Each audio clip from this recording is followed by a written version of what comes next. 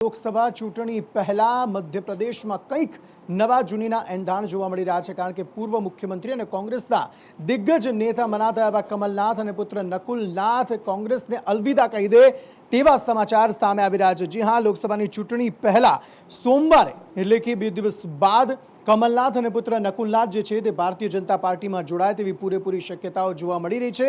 દિલ્હી ખાતે પિતા પુત્ર જે છે તે આજે પહોંચ્યા છે અને તેવામાં પૂરેપૂરી શક્યતાઓ એવી જોવા મળી રહી છે કે ભારતીય જનતા પાર્ટી સાથે તેઓ જોડાય, કોંગ્રેસ સાથે છેડો ફાડીને ભારતીય જનતા પાર્ટી સાથે તેઓ જોડાય તેવી શક્યતાઓ છે। આ સમગ્ર મામલે દિગ્વિજયસિંહે કોંગ્રેસના દિગ્ગજ નેતાએ શું કહ્યું એ સાંભળી લઈએ। પહેલા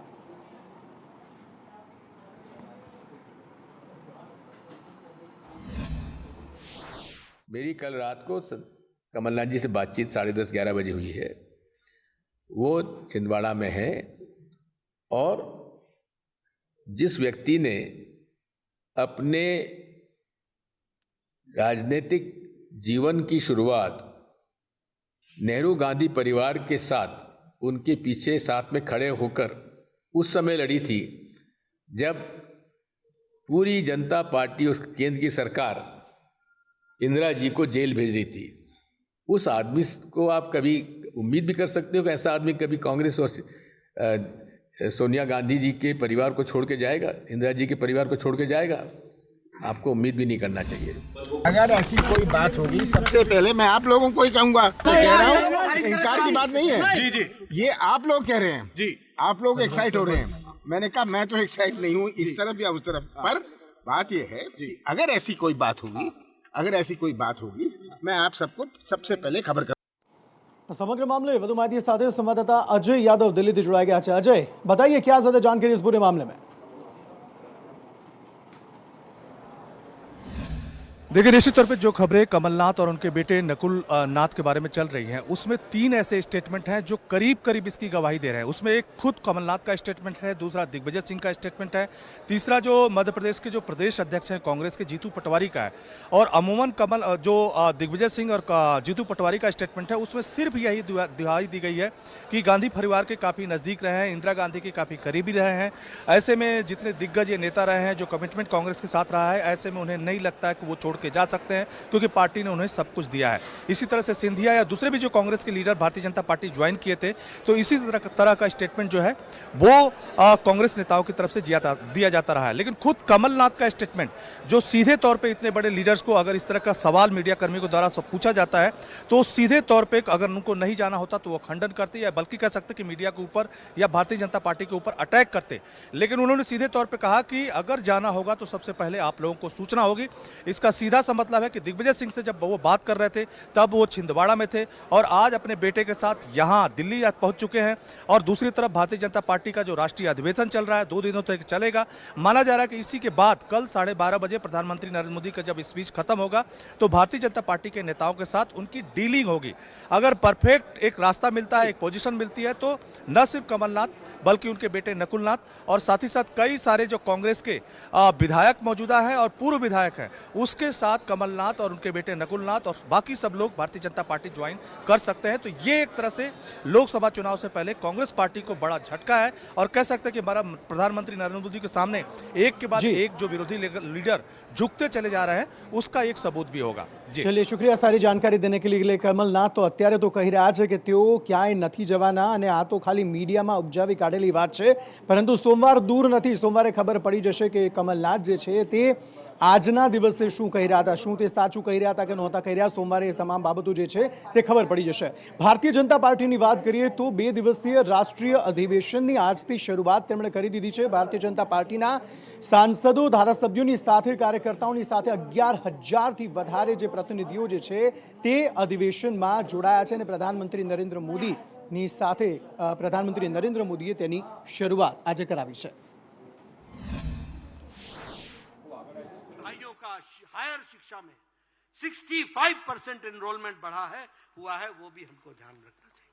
और ओबीसी का 44% हायर एजुकेशन में एनरोलमेंट हुआ है, ये भी हमको ध्यान में रखना चाहिए। ये जैम के माध्यम से, ट्रिनिटी के माध्यम से भ्रष्टाचार को समाप्त किया गया। 3 लाख करोड़ रुपए आज दिन तक गरीबों के खाते में ट्रांसफर हुए। 10 करोड़ फेक बेनिफिशियरीज को इसमें से हटाया गया और लगभग 2,45,00,000 करोड़ रुपए जो लीकेज थी उसको भी रोकने का काम हुआ, वह भी उसको आगे बढ़ाया गया। તો વડાપ્રધાન નરેન્દ્ર મોદીની ઉપસ્થિતિ છે, રાષ્ટ્રીય અધ્યક્ષની ઉપસ્થિતિ છે અને તમામ ભારતીય જનતા પાર્ટીના નેતાઓની ઉપસ્થિતિ હાલ અહીં અધિવેશનમાં જોવા મળી રહી છે અને 2 દિવસીય અધિવેશનમાં કઈ બાબતોએ ચર્ચા થવાની છે, અધિવેશનનો મુખ્ય એજન્ડા શું છે, વિકાસ પાસેથી વધુ વિગતો મેળવીએ. વિકાસ.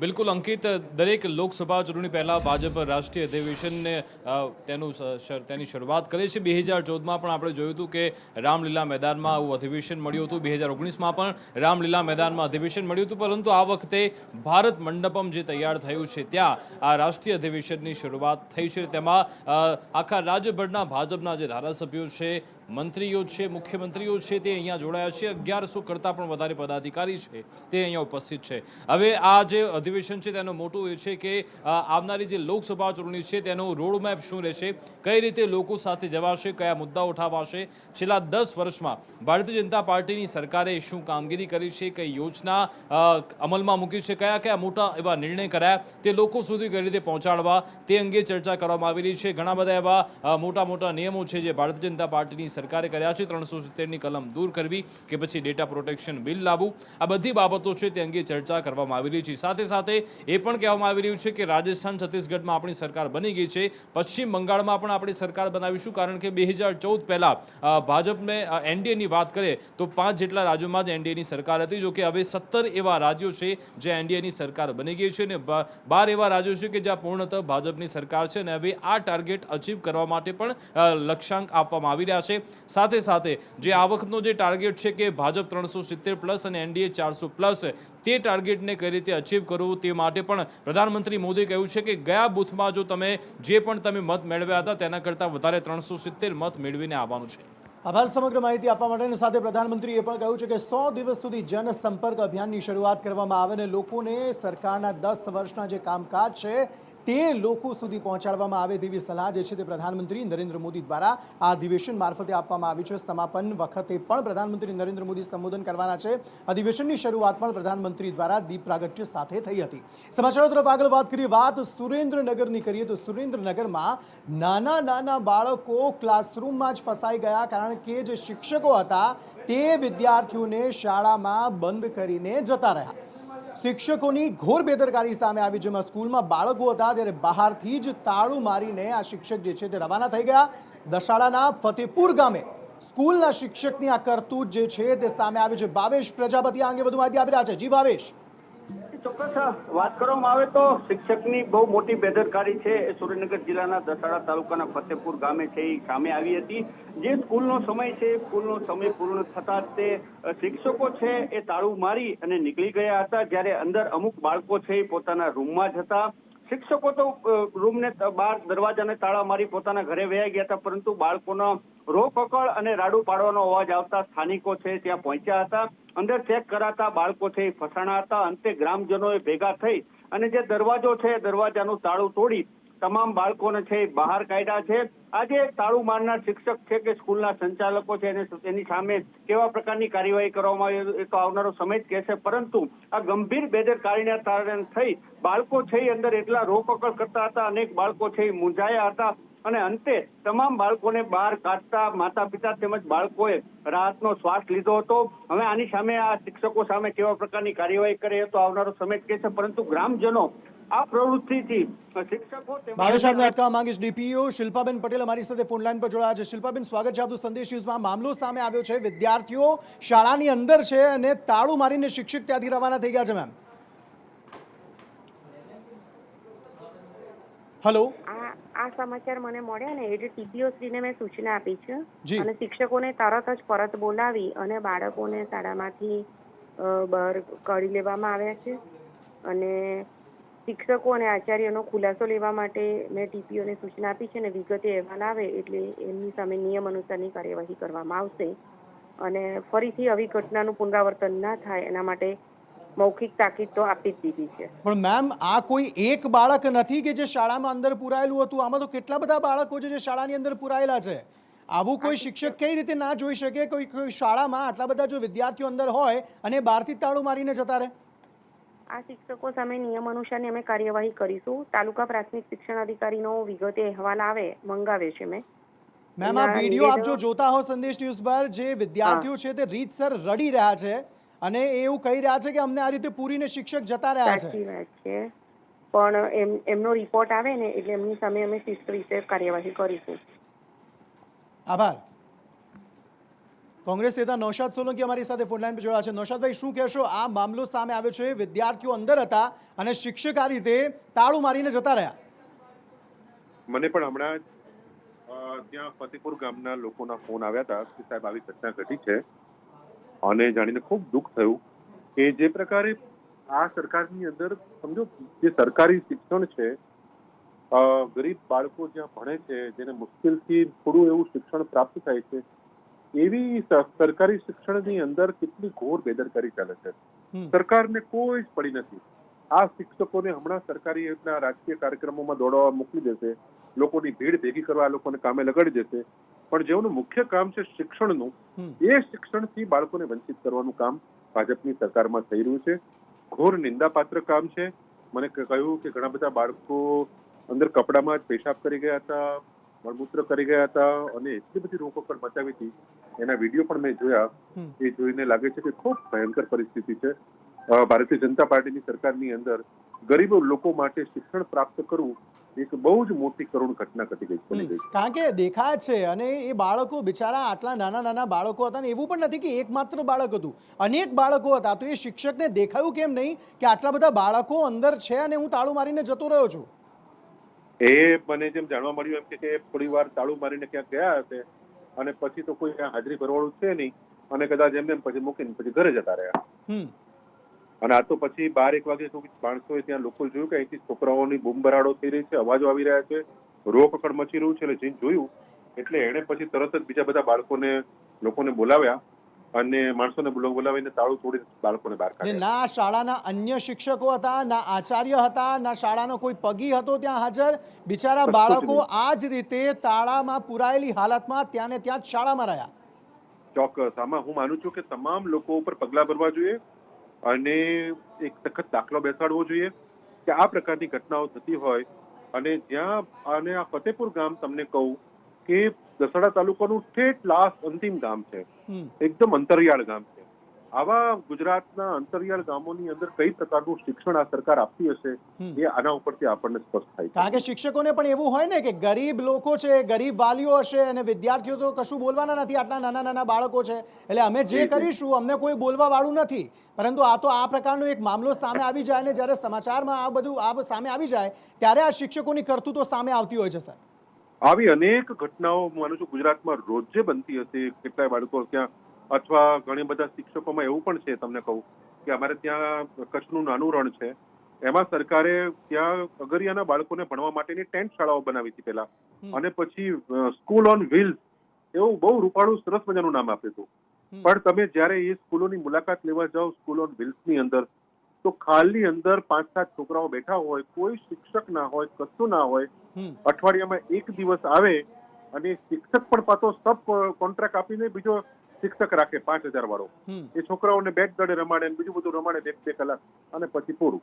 નૌશાદભાઈ, આપને નથી લાગતું કે આ પ્રકારની ઘટનાઓ, જે હરણી બોટ દુર્ઘટના ઘટી ત્યારબાદ એક પણ એવો વિડીયો સામે આવ્યો છે, એક જ જે જીપ હોય તેની અંદર 40 વિદ્યાર્થીઓ ભરીને બેસાડી રાખવામાં આવ્યા હતા. હરણીમાં તો અનેક વિદ્યાર્થીઓ મોતને ભેટ્યા, શિક્ષકો પણ મોતને ભેટ્યા. આ પ્રકારની ઘટના બાદ શાળાના જે આચાર્ય છે, શાળાના જે શિક્ષકો છે, તેમણે વધુ સતર્ક થવાની જરૂર છે, બાળકો પ્રત્યે વધુ સભાન થવાની જરૂર છે.